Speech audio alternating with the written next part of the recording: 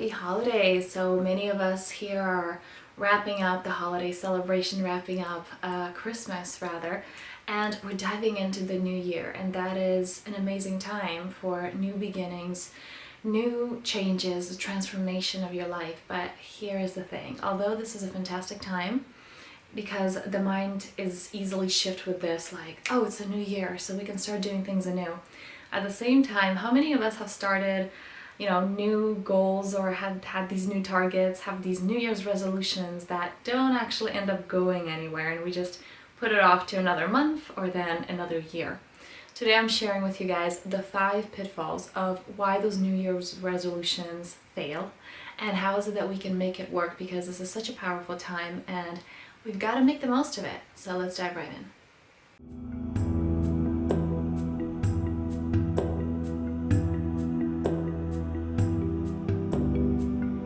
Okay, so let's dive right in. What are those 5 pitfalls that are keeping us stuck? What is keeping us from achieving our goal, for getting what we want? Let's bring it to light and let's release it, okay? I'm going to share with you what are the pitfalls, and as we go through them, how is it that we can shift it right away, okay? So Number one is it's vague. We use words like more of or someday, or we basically don't even say what day at all. Like, it's like, this year I'm gonna go on an air balloon ride. When is it gonna happen? Or have a month set at least. Have, mark it in your calendar that, or in your phone, make yourself a notification that, okay, let's say May 1st, I'm going to start checking around what companies provide the service, or so on. Be specific about it. Wherein are you actually going to do this? Okay, saying like, I'm going to work out more. What is more? If we don't define where it is that we're going, we're never going to get there. And it's also that inner critic utilizes this. Oh, so you're still not there, because we're not specific about where is it that we want to go. And therefore, we can't give ourselves this validation of, yes, I did it. We can't, use that momentum to go further because we feel like we're never there. So be very specific. What does more mean to you? What is that target for you to feel good and satisfied? Like, yes, I've accomplished it. Make it measurable. Number 2. Okay, this is a big one. This is something that everybody talks about in regards to business and relationships and basically any aspect of your life. You have to have a why. Why are you doing it? Why do you care?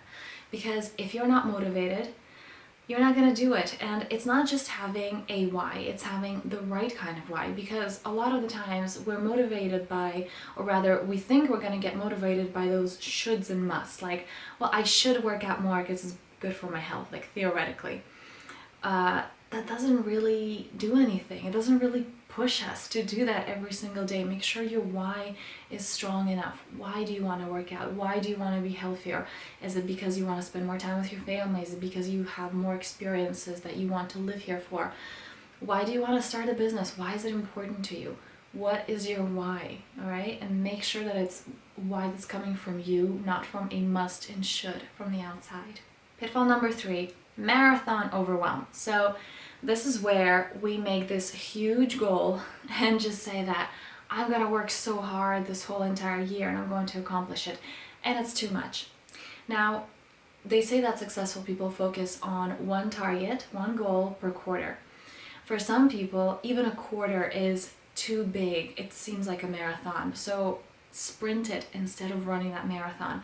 I know for myself, I need this monthly, I need to get motivated monthly. What is my target? What is my goal? Because I get super excited and super lit up about something, and then halfway, especially towards the end, like, I don't want to do it anymore. I don't want to finish this thing that I set out to do. So those last stages are very difficult, and that's why I need to keep myself accountable every single month. I need to recommit. Every single week, actually on Sunday, I sit down and see, okay, how can I get closer to that target? What is it that I have to do this week to get me there? So don't get overwhelmed by this huge marathon. Break it up into sprints. And that can be anything. A sprint can be a quarter. That is completely fine if that's something that, if you're able to be there for those 3 months and really focus. If not, cut it down to a month. If not, cut it down to a week. If not, cut it down to a day. What can you commit to today? What is that target? And how can you get to it? Pitfall number 4, our mind, our inner critic, starts to get uncomfortable, right? Because there's no growth in comfort. And when we start growing, when we start going out of the comfort zone, the reaction is to like, nope, I want to go back, right? And we get lazy. We get into this place of, I don't feel like it. Maybe I don't even really want it. And it's that we have to find that balance between saying, well, I'm following what is it that feels right to me, what feels good, and going for, I have to go because I committed. And that basically this results in burnout. This results in not getting anything done. So we want to find a balance between that, because where is it that we have to honor ourselves and understand when we need to slow down and what actually feels right to us, and where is it that we need to go because we committed, and we need to just understand that this is our mind resisting change, and this is a growing opportunity. That where is it that this red light means go, all right? So for this, come into a place of presence. So this can be taking a breath into the count of 7, hold to the count of 7, release to the count of 7, hold again to the count of 7. That is 1 round. Ideally you will do 7, if not, at least do 3, okay? From that place, this is that place of calm. It's not possible to be overthinking and thinking deeply. So once we calm the mind, this is where we ask ourselves, what is it that I really want? And this is what we do at the beginning of a month or the beginning of a quarter. What is it that I'm committing to?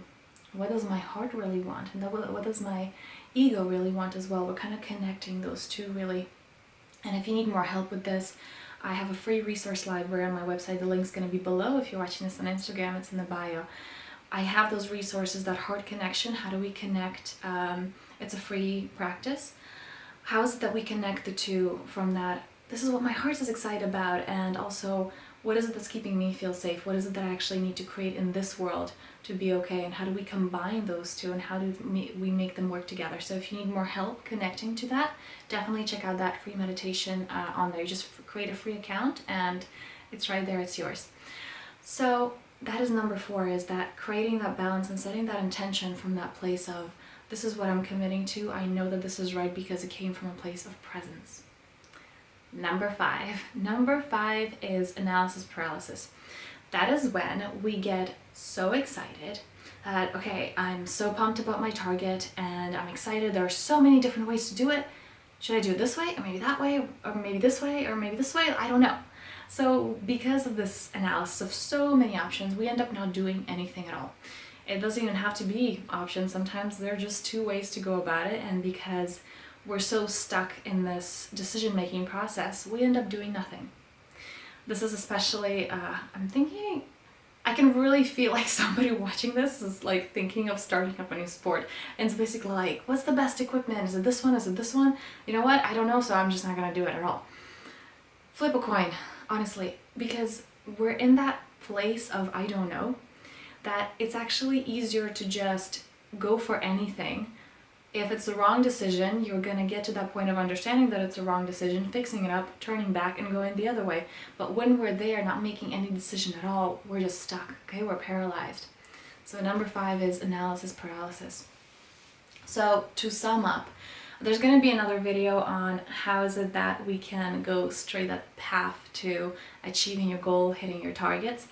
Okay, so now to summarize the 5 pitfalls of the New Year resolutions, why we can't hit our targets, why we can't achieve what we want. Number 1, it's too vague. We use things like more of or one day, and that doesn't actually get us anywhere. Number 2, lack of a why, or a wrong kind of why that comes from a should and must or from other people's opinions.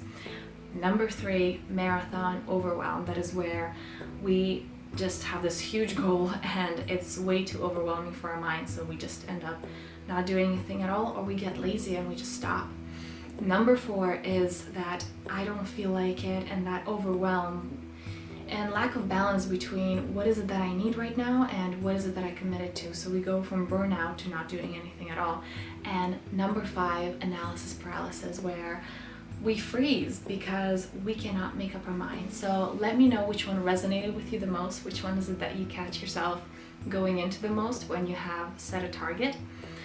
And I will make a video onto how to skyrocket these results. How is it that you can achieve exactly what you want, because I know that I've struggled with this on my own, and it was just transformational when I started doing a few things, which I will be sharing with you guys in the next video. So on this note, have a powerful day, and definitely do check out those free resource, the free resource library on my website. Have an awesome day, everyone.